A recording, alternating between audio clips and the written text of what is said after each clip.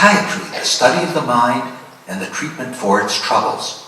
In my 40 years of practice, no case was more astounding and intriguing than the one I'm about to present. 20 years into my practice, I treated a young Western woman for what seemed to be a psychologically caused pain and seizure disorder. One day, on my answering machine messages, I heard this innocent and naive patient chanting Sanskrit passages while seeming to be in a trance-like state. What unfolded in the course of the next 1.5 months was an exciting and revealing glimpse into the marvels of consciousness and insights into the nature of the spiritual path. To show you a little brief segments of what these messages meant. The first one said, Astika, believer, in whom Brahma lives.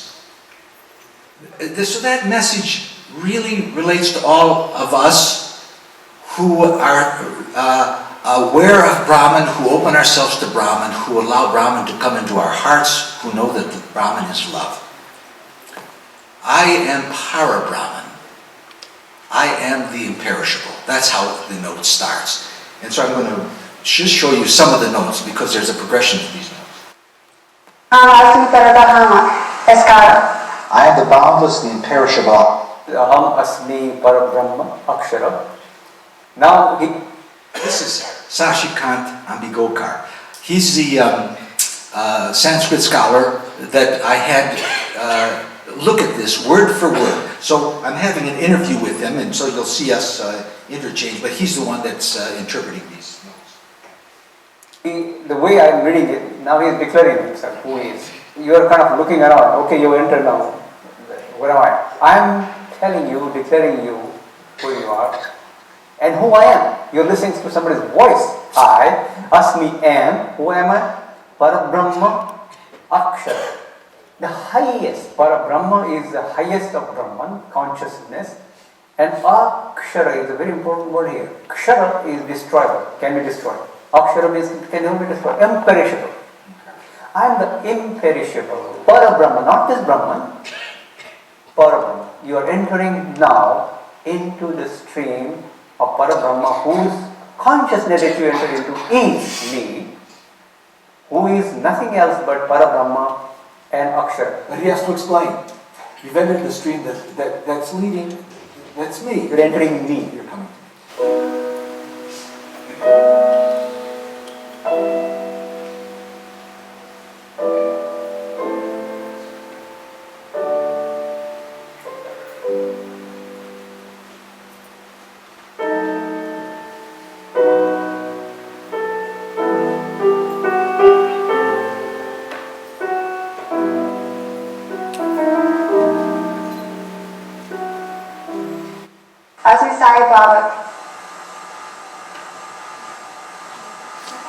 Your Dishaka, Yaji, Yori, I think it is. If you're still wondering who I am, okay, Asmi, Sai Baba. Okay?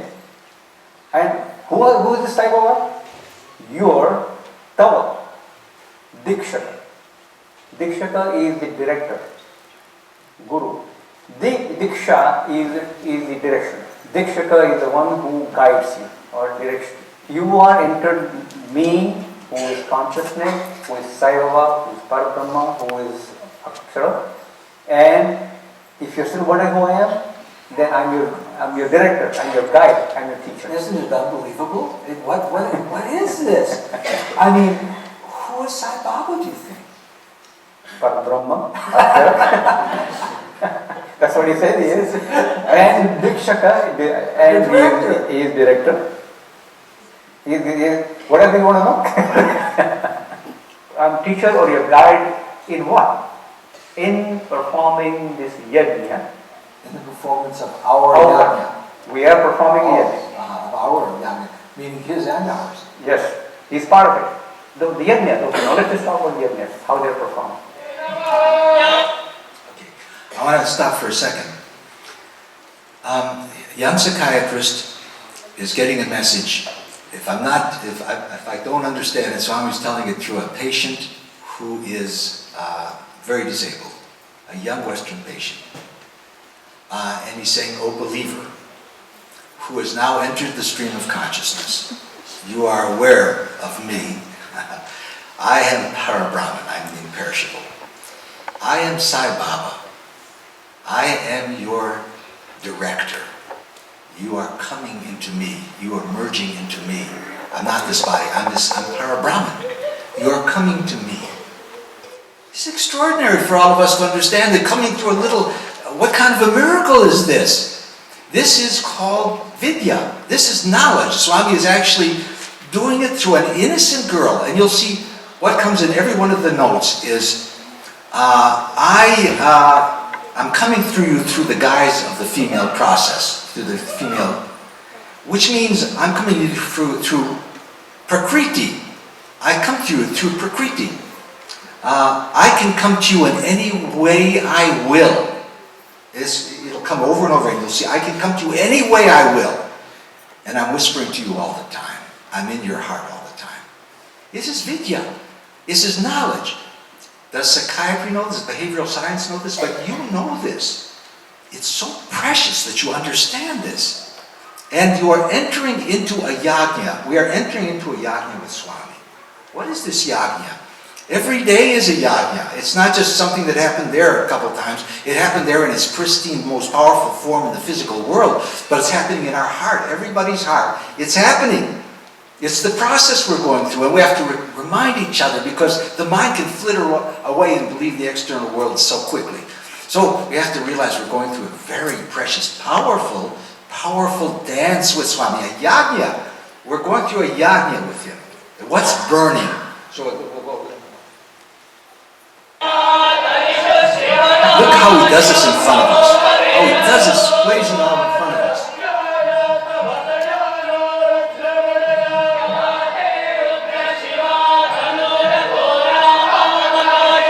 There is a priest who is doing all this and then chanting and all that.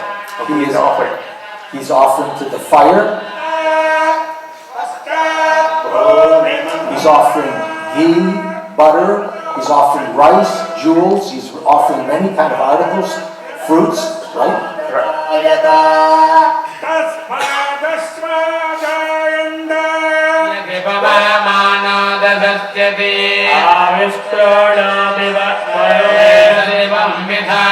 He is offering to the lingam.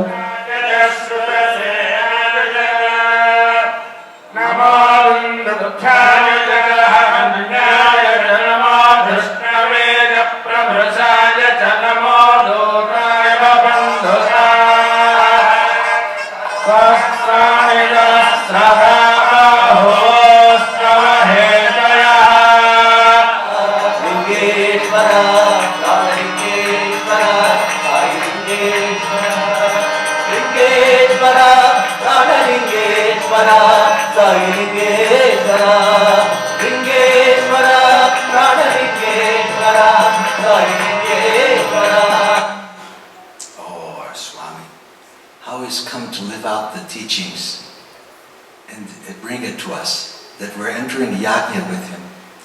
He's come to energize the yajna, to breathe life into the lingam, to show us that we're pure consciousness. He's come to do that. And then he gives a poor little beggar psychiatrist a patient that keeps on, that reminds him, you're entering this yajna. What are you throwing into the fire? Lust, anger, greed, pride, envy, jealousy, conceit, ego. What are you offering? It's not an easy offering. But I'm here, you're offering it to me, and you're becoming purified in this. And you're singing it out. You're chanting it out. And how do we chant it out? How do we chant it out? It's a big question. With each other, in our community. So here's some other notes. This is one of the first ones that you wrote. Well done, great believer. I am the divine element. I am the Lord Master. The seed of life germ, supreme power of wisdom, knowledge. I am the Lord Sai Baba. I come to you through the female principle, perhaps, in a state of deep sleep, in a quality of goodness. Heart of love. Heart of love, state of dreaming,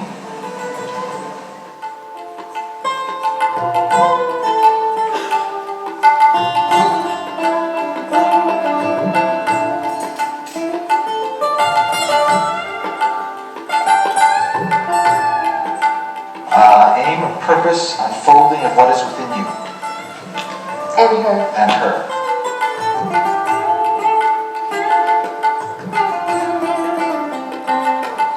To breathe down, cosmic consciousness,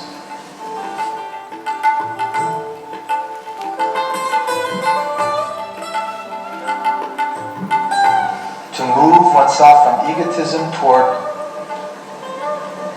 desired world, soon. Do you think that there is a place where we can...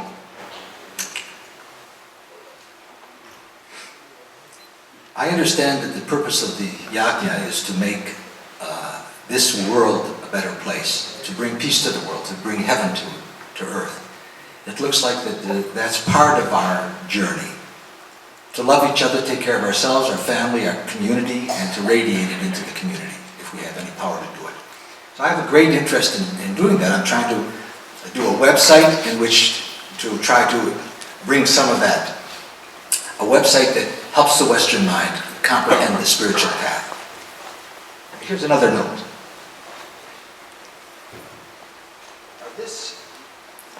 This happened, this was the culmination. I hospitalized this patient, and the staff, I thought the staff would be open to it. They would let me take a camera in and in a controlled setting film this because it was such a phenomenon. But actually they got very upset, very frightened, and very angry.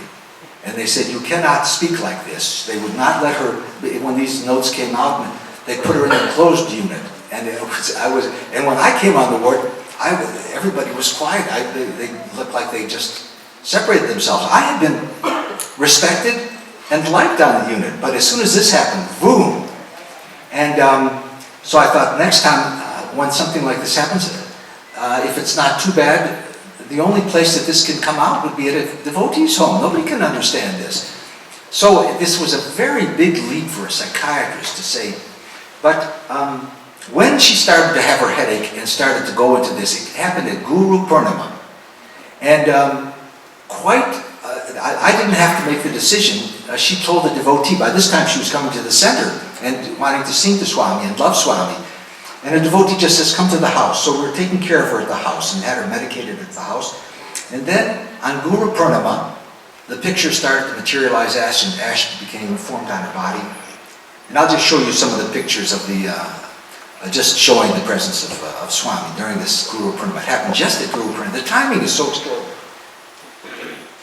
Well, the Buddha that we're seeing right now was materialized, looked like spontaneously today.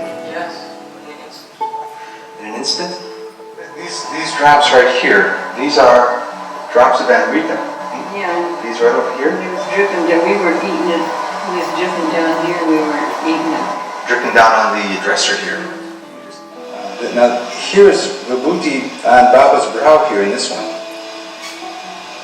That's under the glass. That's under the glass too? This has been slowly developing all day in little clumps first and then slowly building? All day long. The first time it happened this morning, it came on her face twice. Margaret, I wonder if I can ask you some questions, okay? You're the lady of the house.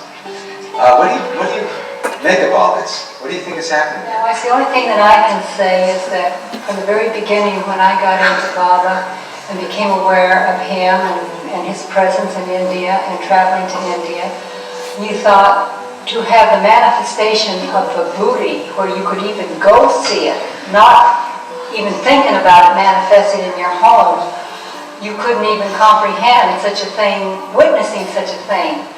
And now that it is happening in my home, and it's happening hourly, you find out it doesn't change you within. I mean, it's beautiful to see all this, and you know that we don't understand it, but yet, With Baba's teachings, we find out we can see all of this, and all of this can happen. But we really have to find Him in our hearts. What is he trying to do, do you think, in this particular time? Love. You mean it's important to be aware of the extent of his love? Yes. How can you measure it? No. There's no measuring with him at all, whatsoever. Do you think everybody can experience this kind of love at another dimension? I mean, you're at another dimension with him. Is he going to is he going to show everybody what he's shown you? Sometimes I think that's the purpose of him doing this to me. Practice His teachings, then He changes you. Not only within, but He changes all your outer circumstances.